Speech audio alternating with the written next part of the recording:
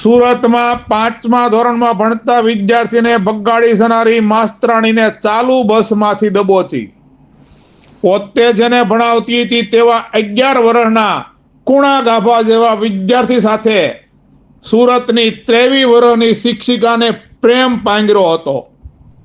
થોડા દિવસ પહેલા સુરતના પુણા વિસ્તારમાં એક અજીબો ગરીબ કિસ્સો બનવા પામ્યો હતો।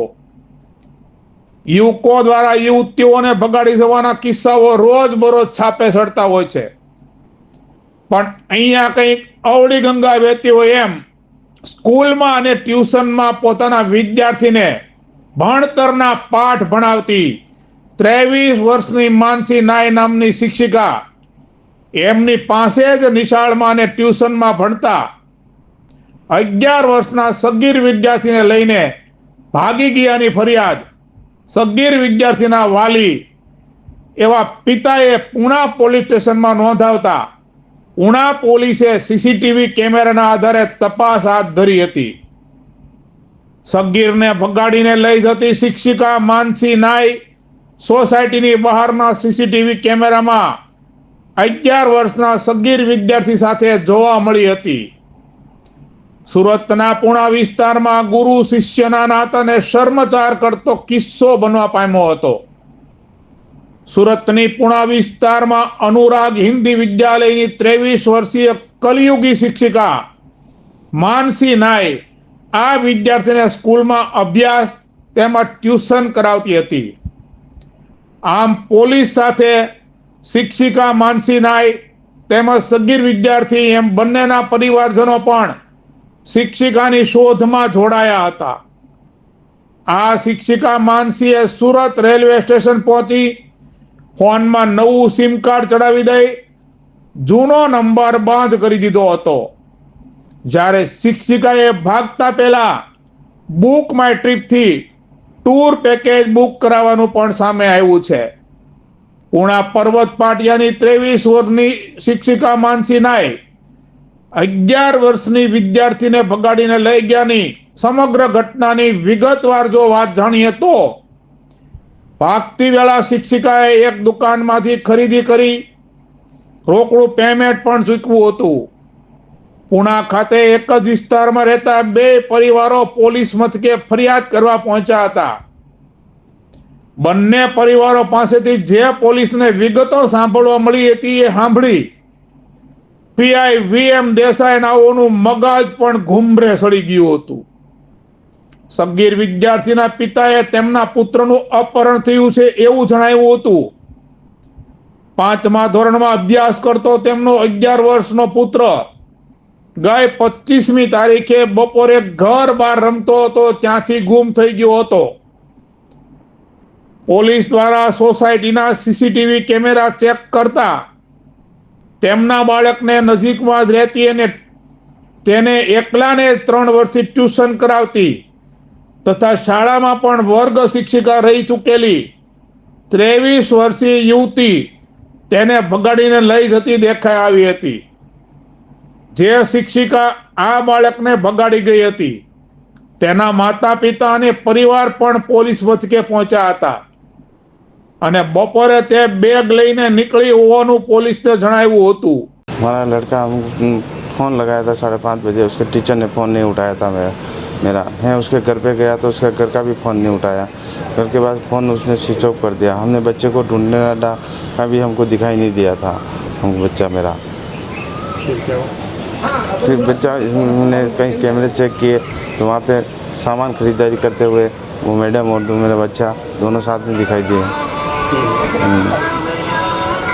क्या लगता है आपको, क्यों ले गए होगे? उस लड़की का कोई फ्रेंड होगा, उसके साथ फ्रेंड को लेके गई होगी, फ्रेंड और फ्रेंडशिप होगा उस लड़के। क्या मकसद क्या हो सकता है आपके बच्चे का? मेरा लड़का है ऐसा लड़के कहीं रुकने का कैसे जिस ऐसे। कितने साल से पढ़ता था वो लड़का? 3 साल कैसे पढ़ रहा था मेरा लड़का वहीं स्कूल में। आपसे रिलेशन कैसे थे आपके लड़के और शिक्षिका के, क्या कुछ लगता है आपको? ऐसा हम लोग कुछ डर फूल नहीं था हमको। बच्चा ऐसा निकल जाएगा, लड़की ऐसे निकल जाएगी, कभी कटा कटी तो किस तरह की फरियाद की है आपने पुलिस थाने में? बोले हमारा लड़का मिल नहीं रहा है, उनके साथ में गया हुआ है, अभी तक सब फ़ोन स्विच ऑफ आ रहा है, अभी तक चालू नहीं किया उसने। 23 વર્ષની શિક્ષિકા તેના 11 વર્ષના સગીર વિદ્યાર્થીને જ બગાડી ગયાની વાતને લઈને પોલીસ અધિકારીઓનું પણ મગજ ચક્રાવે ચડ્યું હતું. પોલીસે આ બાબતને લઈને વધુ તપાસ કરતા આ બાળક અને શિક્ષિકા સુરત રેલવે સ્ટેશન ઉપર સાંજે 5 વાગે પહોંચે છે. શિક્ષિકા સુરત રેલવે સ્ટેશન બાળક સાથે ટ્રેનમાં બેસી જતી દેખાઈ આવી હતી. શિક્ષિકાએ ભાગતા પહેલા બુક માય ટ્રીપ પર ટૂર પણ બુક કરાવી હતી. જેનું અપહરણ થયું તે ધોરણ 5 નો વિદ્યાર્થી છે. સમગ્ર મામલાની ગંભીરતાને ધ્યાને લેતા પુણા પોલીસની 2 ટીમ અને કાપોદ્રાની 1 ટીમ મળી કુલ 3 ટીમ અલગ અલગ દિશામાં તપાસ માટે તૈયાર કરાઈ હતી. આ શિક્ષિકાએ પોતાના ઘરેથી કપડા ભરેલી બેગ લીધી હતી, ₹35,000 રોકડા લીધા હતા, પરંતુ બાળક પાસે કોઈ સામાન ન હતો. એક દિવસ પહેલા પણ આ શિક્ષિકા બેગ લઈને જતી દેખાઈ આવી હતી. બીજા દિવસે બાળકને પણ લઈ ગઈ હતી. પહેલા તો શિક્ષિકા ફરવા જવા માંગતી હોય અને તે પોતાની સાથે આ બાળકને પણ લેતી ગઈ હોય એવું જણાઈ રહ્યું હતું. જોકે પોલીસે બધી દિશામાં તપાસ કરી છે. વિદ્યાર્થીના પિતાએ જણાવ્યું હતું કે શિક્ષિકાના માતા પિતાને પૂછ્યું તો તેઓએ જણાવ્યું કે બપોરે 2 વાગ્યા પછી ઘરેથી ગયા બાદ ઘરે પરત આવી નથી અને ફોન પણ બંધ છે. જેથી વિદ્યાર્થીના પિતાએ પુણે પોલીસમાં અપહરણની ફરિયાદ નોંધાવતા પોલીસે હાલ તો સીસીટીવી ફૂટેજના આધારે તપાસ શરૂ કરી છે. જે અંતર્ગત વિદ્યાર્થીને શિક્ષિકા માનસી નાઈ સુરત રેલવે સ્ટેશન ઉપર નજરે પડ્યા હતા. જ્યારે પર્વત પાટિયા વિસ્તારમાં પણ દુકાનમાં દેખાયા હતા, જ્યાં વિદ્યાર્થીને બૂટ કપડા સહિતની ખરીદી પણ કરાવી આપી હતી. હાલ તો તે તેની સેફટી માટે આ બાળકને સાથે લઈ ગયા હોવાનું પરિવારજનો જણાવી રહ્યા છે. આ અંગે વરાસા પોલીસે આ કળિયુગી માસ્તરાણી માનસીને પકડવાના ચક્રો ગતિમાન કરતા સુરત શહેરના પુણા ગામ વિસ્તારમાંથી લાપતા થયેલા 11 વર્ષીય વિદ્યાર્થી અને 23 વર્ષીય શિક્ષિકા અંતે 4.5 દિવસ બાદ પોલીસના હાથે પકડાણા. કોઈની નજરે ન પડી જવા એમ સુરતથી વડોદરા, અમદાવાદ, જયપુર એમ 2200 કિલોમીટરની મુસાફરી આ બંનેએ કરી હતી અને 2 રાત્રિ હોટલમાં રોકાણ પણ કર્યું હતું. હોટલમાં રૂમ બુક કરાવતી વેળાએ શિક્ષિકા પોતાનું આધાર કાર્ડ રજૂ કરતી હતી અને સાથે ભગાડી ગયેલ સગીર વિદ્યાર્થી મારો માસીનો દીકરો છે એવી ઓળખ આપી હોટેલ બુક કરાવતી હતી અને વડોદરાની હોટલમાં રાત્રિ રોકાણ કરવા સાથે સગીર વિદ્યાર્થીનું શારીરિક શોષણ કર્યું હતું, જેથી પોલીસે પોક્સોની કલમનો ઉમેરો કર્યો હતો. ગઈ 26 એપ્રિલના રોજ શિક્ષિકા અને વિદ્યાર્થી બંને સવારે હોટલમાંથી ચેકઆઉટ કરીને બસ મારફતે અમદાવાદ પહોંચ્યા હતા, જ્યાં કાંકરિયા તળાવ ખાતે સાંજ સુધી ફર્યા હતા અને સાંજે જયપુર જવા બસમાં નીકળ્યા હતા. 27મી એપ્રિલના સવારે જયપુર પહોંચ્યા હતા, જ્યાં જયપુરના હવામહેલ સહિત ફરવાના સ્થળો ખાતે સાંજ સુધી ફર્યા હતા. ત્યારબાદ સાંજે દિલ્હી જવા નીકળી ગયા હતા. 28મી તારીખે સવારે બંને દિલ્હી પહોંચ્યા હતા. દિલ્હી પહોંચીને રિક્ષા કરી 2-3 બજારોમાં ફર્યા હતા.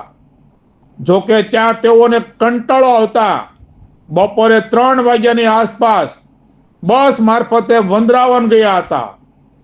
વંદરાવનના વોટર પાર્કમાં મોજ મસ્તી કરી વોટર પાર્ક નજીક આવેલ મન મંદિરમાં દર્શને ગયા હતા અને રાત્રિના 10 વાગ્યાના સમયે જયપુર જવા રવાના થયા હતા. રાત્રે 2 વાગે જયપુર પહોંચ્યા બાદ એક હોટલમાં રાત્રિ રોકાણ કર્યું હતું.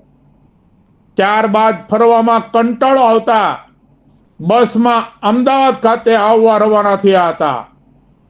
આ દરમિયાન રાત્રે 4 વાગ્યાની આસપાસ આ બંનેને ચાલતી બસમાંથી રાજસ્થાન બોર્ડર પાસે પોલીસે પકડી પાડ્યા હતા. તેઓની પૂછપરછ દરમિયાન શિક્ષિકાએ જણાવ્યું હતું કે લગ્નની ઉંમર થઈ ગઈ હોવાથી પરિવાર તેને ઘરકામ બાબતે અવારનવાર ઠપકો આપતો હતો. તો વિદ્યાર્થીએ પણ પોલીસને જણાવ્યું હતું કે પરિવારજનો તેને ભણવા બાબતે અવારનવાર ઠપકો આપતા હતા.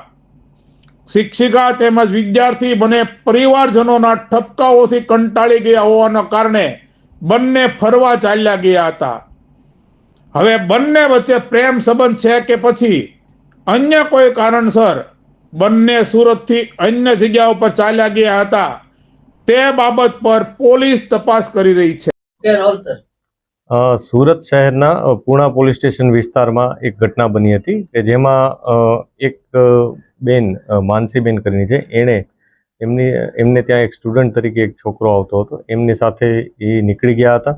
આ જે માનસી છે એ 25 તારીખે પૂણા પોલીસ સ્ટેશન વિસ્તારમાં નીકળી ગયા હતા. ત્યારબાદ પોલીસે તપાસ શરૂ કરી હતી. ઘણી બધી તપાસ કરી, ઘણા બધા અમે સીસીટીવી કેમેરાઝ ચેક કર્યા, બહુ બધા અમારા હ્યુમન જે રિસોર્સિસ હોય છે, ઇન્ટેલિજન્સ રિસોર્સ, એ લોકોને એક્ટિવેટ કર્યા. આ ઉપરાંત ટેકનિકલ રિસોર્સિસ એક્ટિવેટ કરી અને છેવટે ગઈકાલે એને રાયગઢ પાસેથી અમે મેળવી લીધા હતા. આ જે વ્યક્તિ છે માનસીબેન, એ પોતે ઘરે વારંવાર એમને ઠપકો આપવામાં આવતો હતો. આ ઉપરાંત જે સ્ટુડન્ટ છે જે એમની સાથે ત્યાં અભ્યાસ પણ કરતો હતો ટ્યુશનમાં, એને પણ એના પરિવાર તરફથી ઠપકો આપતો એવું એનું કહેવાનું છે. આ બાબતે પોલીસ તપાસ કરી રહી છે.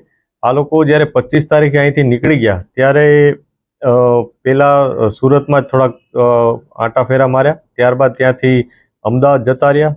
બીજે દિવસે અમદાવાદ ગયા, અમદાવાદ થોડોક ફર્યા, ત્યાંથી પછી તેઓ દિલ્હી જતા રહ્યા. દિલ્હી જઈ ત્યાં થોડીક વાર બજારમાં ને એમાં એ લોકો ફર્યા હતા અને ત્યારબાદ ત્યાંથી વૃંદાવન જતા રહ્યા હતા. વૃંદાવનથી પાછા એ લોકો જયપુર ગયા. જયપુરમાં રહેવાની માટે ખૂબ શોધખોળ કરી, થોડુંક ફર્યા, પરંતુ જયપુરમાં કોઈ એમને સ્ટેબિલિટી ન મળી એટલે એ લોકો બીજો કોઈ વિસ્તાર પસંદ કરવા આ ગુજરાત તરફ આવતા હતા. આ બાબતને જ્યારે ઇન્ફોર્મેશન પોલીસને મળી તો પોલીસની ટીમ તરત જ અહીંથી નીકળી ગઈ હતી અને તત્કાલ આ લોકોને રસ્તામાં જ આંતરી અને એમને પકડી પાડ્યા હતા. પકડી અને જે બેસિક પૂછપરછ અમે કરી છે, જે માહિતી અત્યારે પોલીસ પાસે છે, એમાં એવું છે કે બંનેને ઘરેથી કંઈ ને કંઈ ઠપકો હતો એ પ્રકારનું એ લોકોએ નિવેદન આપેલ છે. આ બધી વસ્તુ અમે તપાસ કરી રહ્યા છીએ કે ઘરેથી એમને કોઈ પ્રોબ્લેમ હતો કે બીજું કોઈ કારણ હતું. આ બધી બાબતની તપાસ અત્યારે ચાલી રહેલ છે.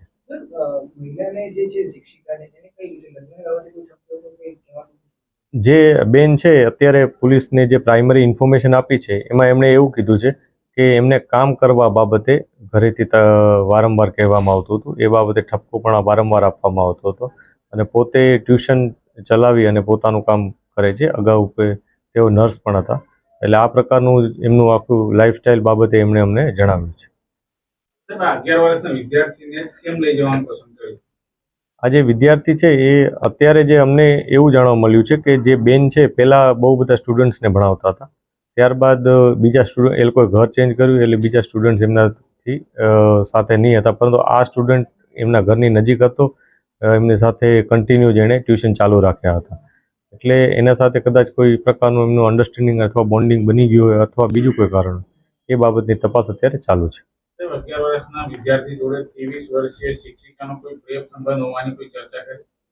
આવી કોઈ ઇન્ફોર્મેશન હજી સુધી પોલીસને મળી નથી, પરંતુ અમે તમામ દિશાઓ ઓપન રાખી અને ઇન્વેસ્ટિગેશન કરી રહ્યા છીએ. કોઈ એક એંગલ કે કોઈ એક વેથી ઇન્વેસ્ટિગેશન ચાલુ નથી.